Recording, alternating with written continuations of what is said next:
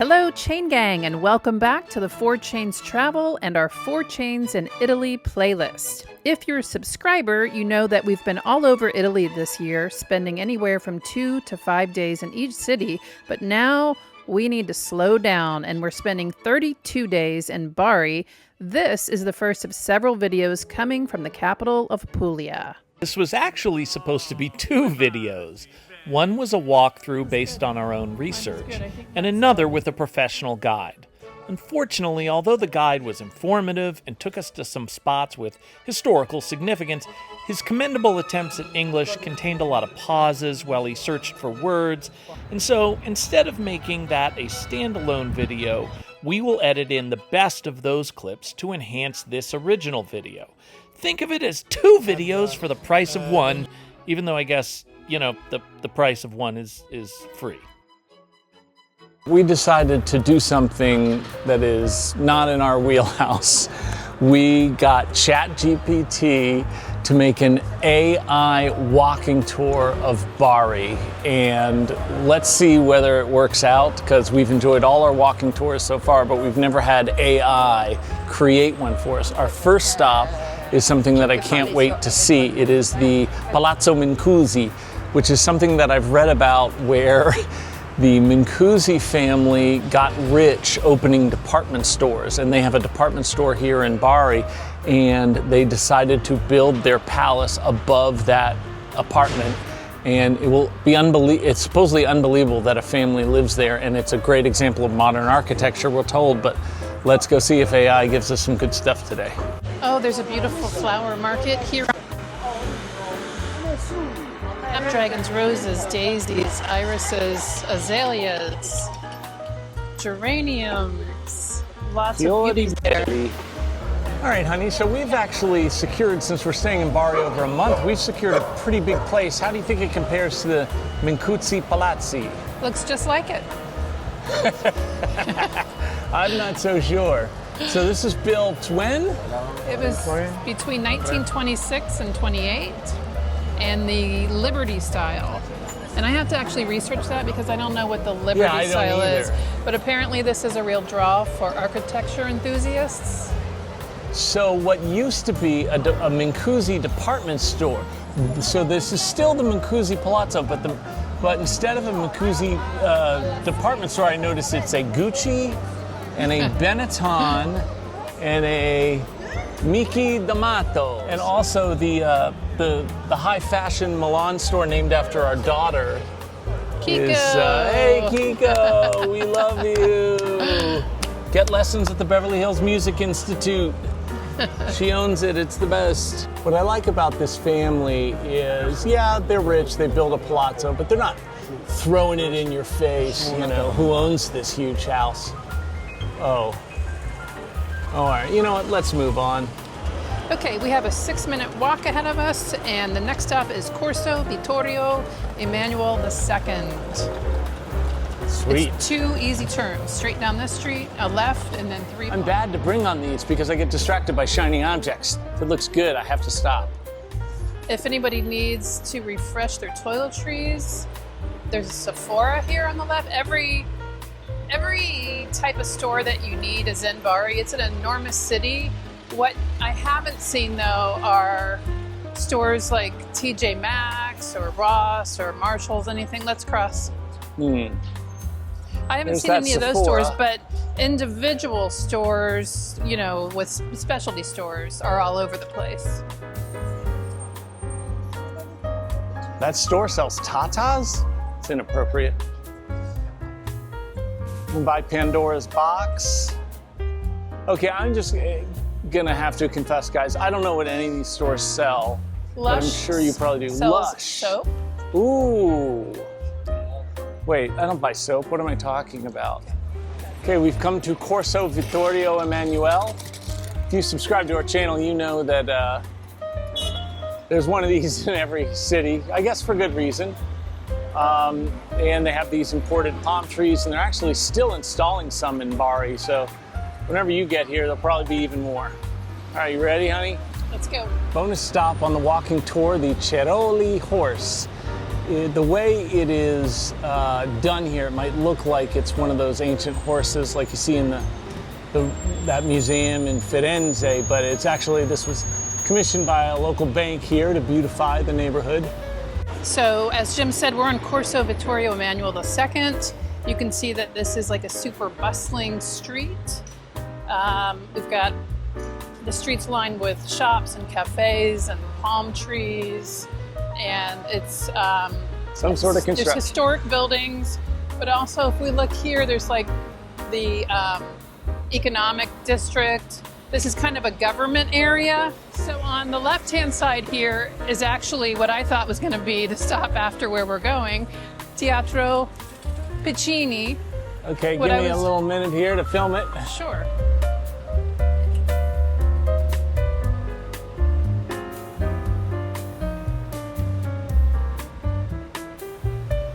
Okay, so here's a statue of Niccolo Piccini. He was an 18th century composer, and behind the statue is the theater that was named after him.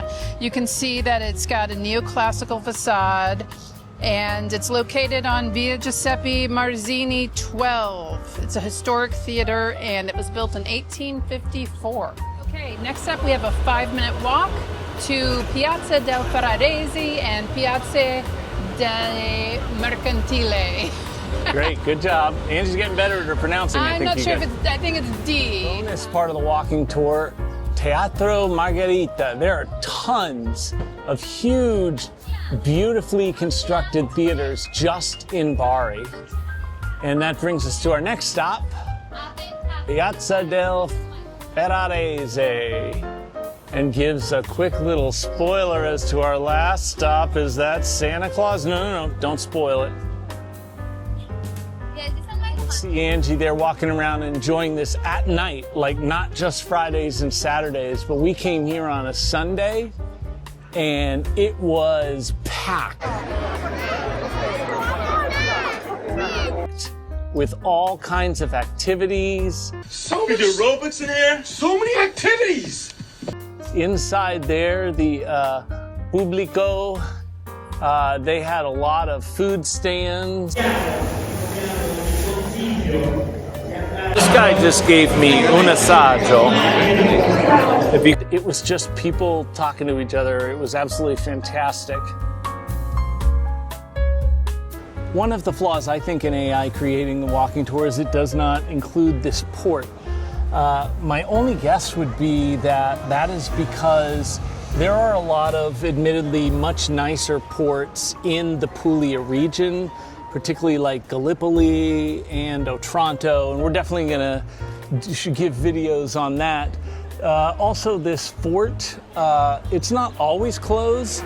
When we were here at night, it was hopping, this entire place, but the fort was closed because they were filming a TV show or a movie or something. There was all kinds of television lights and cameras and stuff, but you can see why they would use that fort to film it. This place, if you can see down there, there's a tour of about 300 students that are walking down there. And so there is some attraction to it, but I can tell you at night, it looks that exact same way, but with adults. This is definitely a happening nighttime spot for people to get together and talk. And there's a lot of decent drink specials over there that we enjoyed. The other side of the fort, Angie, if you can zoom in, I think they'd rather see this than see me. This is not a bustling port because it doesn't have areas for the shipping boats. It doesn't have areas for the pleasure boats to do, but it is very, very attractive, and there's something to be said for not being available for fishing boats and pleasure boats. You can see the seawall that they have built up there, something that would be the envy of a place like New Orleans, that's for sure. And this is actually the place we get our drinks when we come here for happy hour or for post-dinner for a little aperitif. Reasonably priced cocktails, am I right? Ciao. That looks good. We cannot vouch for this. Panzerotti, $2. That's normally just sauce and cheese. Specialty Panzerotti, €3. We ate at what's supposed to be the best Panzerotti restaurant on the planet, which is in Ostuni. and it is called Pizzeria dal Torino, I think. I'll put up a picture if you're in Ostuni, but we were certainly, the hype was not too much to ruin it. It was outstanding. So we have had lunch, but this is the restaurant La Puccia. A pucce is a different kind of sandwich, but if you've had their panzerotti, let us know, because if it's good, we will 1000% walk by here. I like the panzerotti carne and the panzerotti bacciola.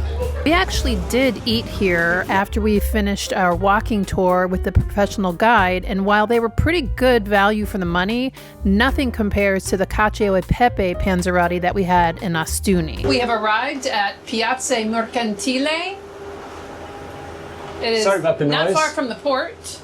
This is the visual highlight of the piazza. It is Sedile Palace in Mercantile Piazza, or Mercantile Square. Mercantile. This was built in 1852, and it's still held up.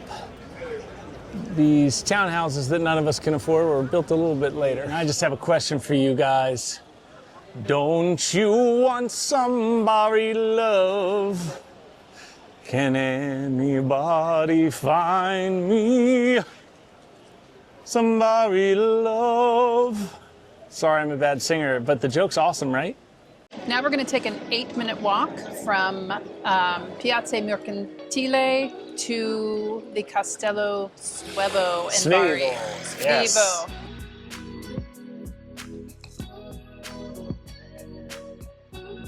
So here is a bonus stop on our walking tour. This is the Chiesa de Santa Teresa, which is the Church of St. Teresa. It has now been converted into, it looks like an art installation. It is the Museum of Natural Colored Pigments Art Center now.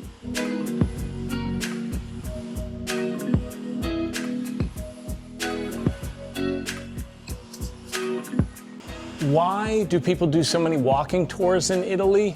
I mean, the sights are great, but the walks are also great. I mean, just think about how fun this is, just walking around, and these are the streets where we get in between these sites. I mean, this is just great, right? I hope this translates on camera. Another stop along the way is the Civic Museum of Bari, and this also serves as a library. Pretty cool looking library.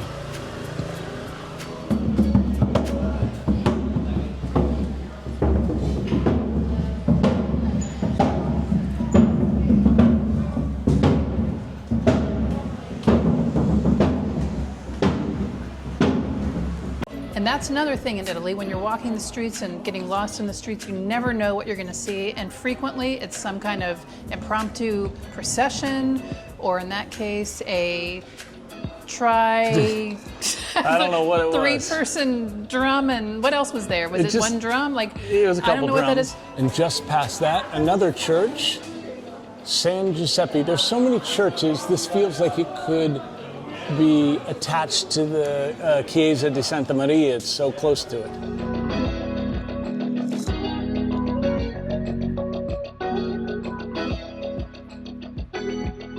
If you're taking this tour in the summer and you're getting thirsty, we got some nice fruit, some drinks, and some fruit cups.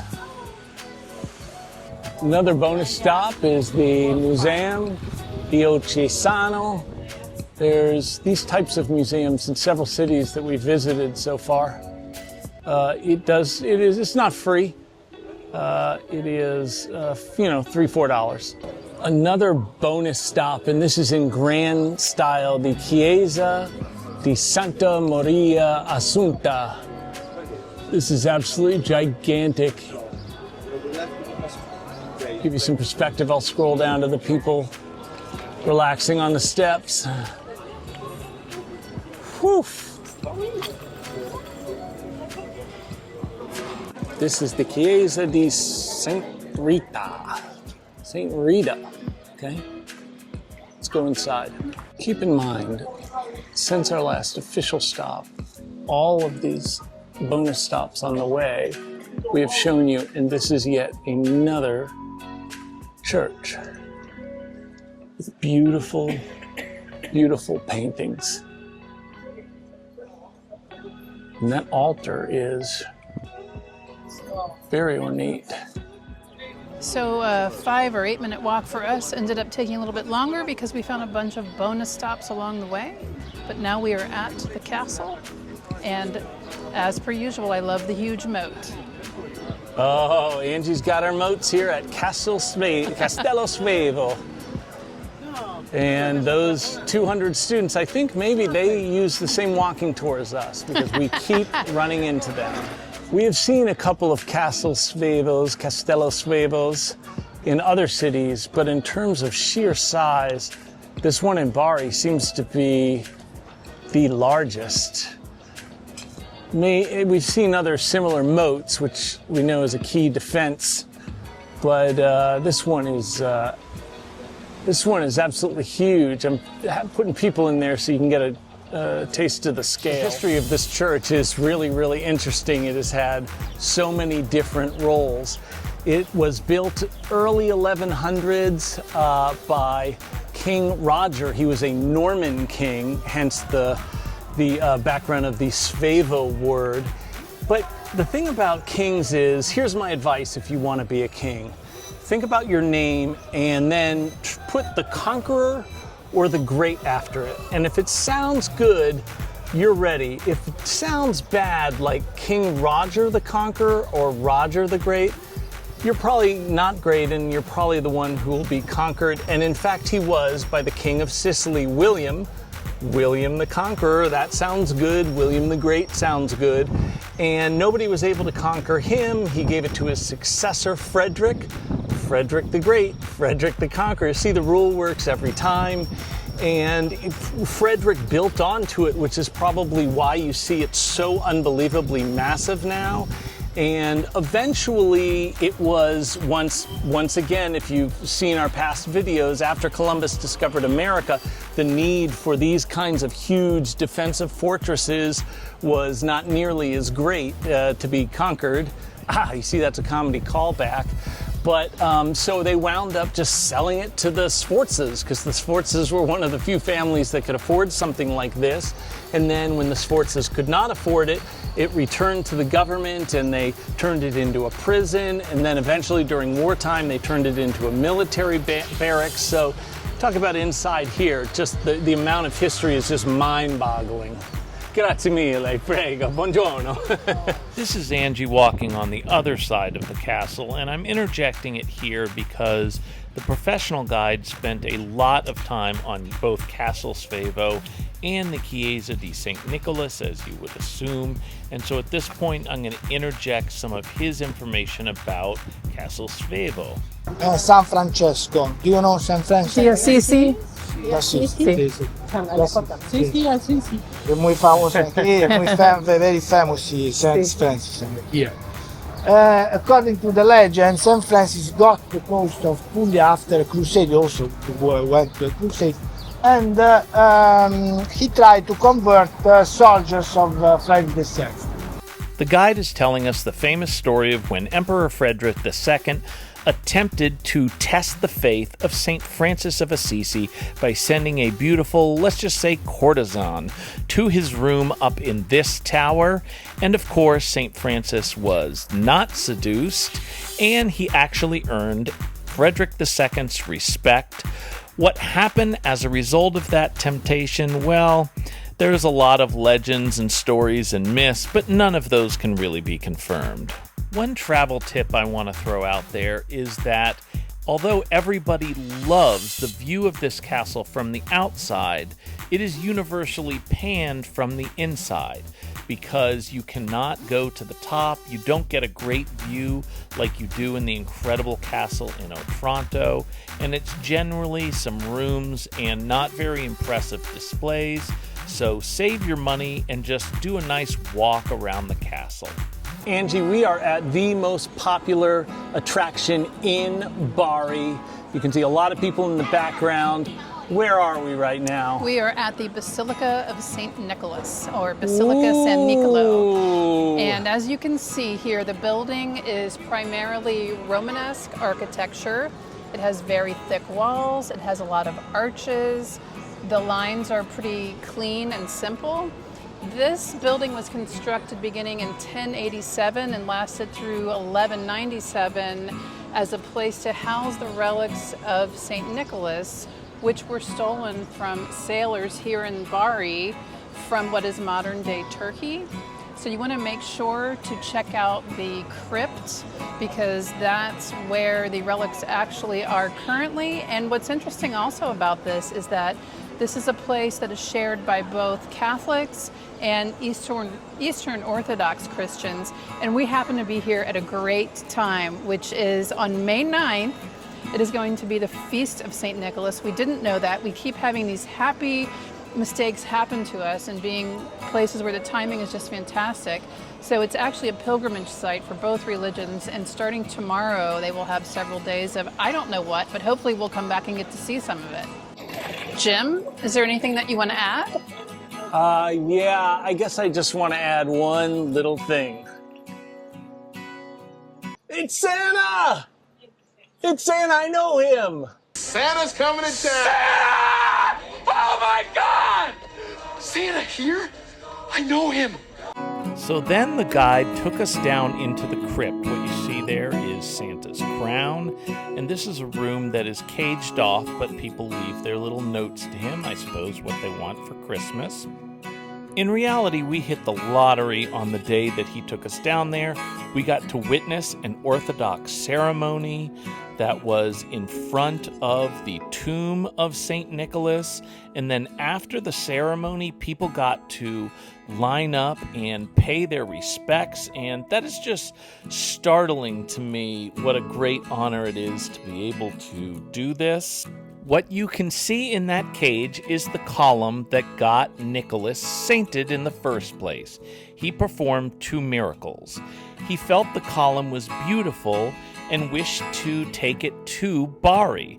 They told him that if he could lift it there, he could have it. So he picked it up from Rome and threw it in the Tiber River.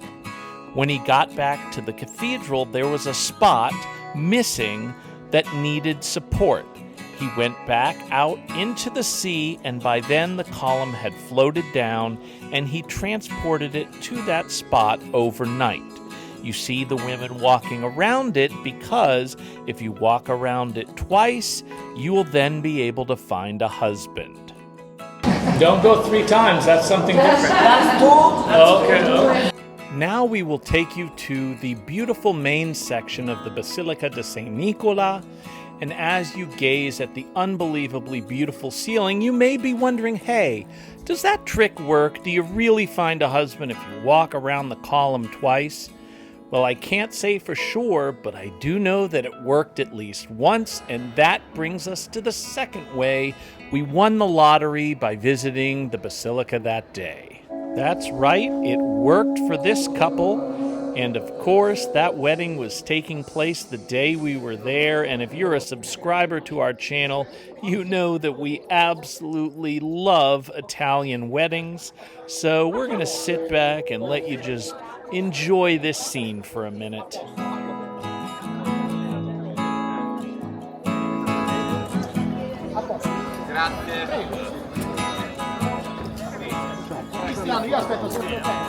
This is often ignored by tourists. When you exit St. Nicholas's Cathedral, it is on the right-hand side. You just take a turn and see these names. This part are the 12 soldiers that retrieved the remains of St. Nicholas from what is now known as Turkey and brought it back to this church that we are now at. Now, of course, if you're in Turkey, you would refer to that as stealing, and if you're in Italy, you would refer to that as retrieving. But nevertheless, there was always thought to be 63 total sailors on the mission. But archaeology tends to fly in the face of religion occasionally, and now we know there were probably 72. But anyways, it is historically significant, and you don't want to miss it. I absolutely cannot wait to bring you the videos from the Festival of St. Nicholas because there are hundreds of thousands of people that come to it, and one of the most important ceremonies is when they have the ship come in and bring the relics and they are returned to the church. But that's going to take a lot of editing, so you're going to have to wait a couple of weeks for that. And now we are going to head to the end of our tour, and that is at the water itself. Il lungomare. Italians love the passeggiata. And what's better than a passeggiata by the sea? Buongiorno. As we pass the ever-present musicians on the way to the water, I want to tell you that in our 32-day immersion in Bari, we found far too much about this capital of Puglia to include in a 30-minute walkthrough. I mean, the world-famous Noni Nunzio will have to wait for another video, as well as the wide array of restaurants that bring so many foodies here, the surprising lessons learned from the urban and modern qualities of Bari, given the fact that so much history took place here. Obviously, the amazing day trips that people enjoy, using Bari as a base for, some of which we've already posted videos on. And obviously, the 3-day incredibly fun and moving celebration of St. Nicholas. So please, like and subscribe, and we will see you every Saturday on the 4 Chains Travel.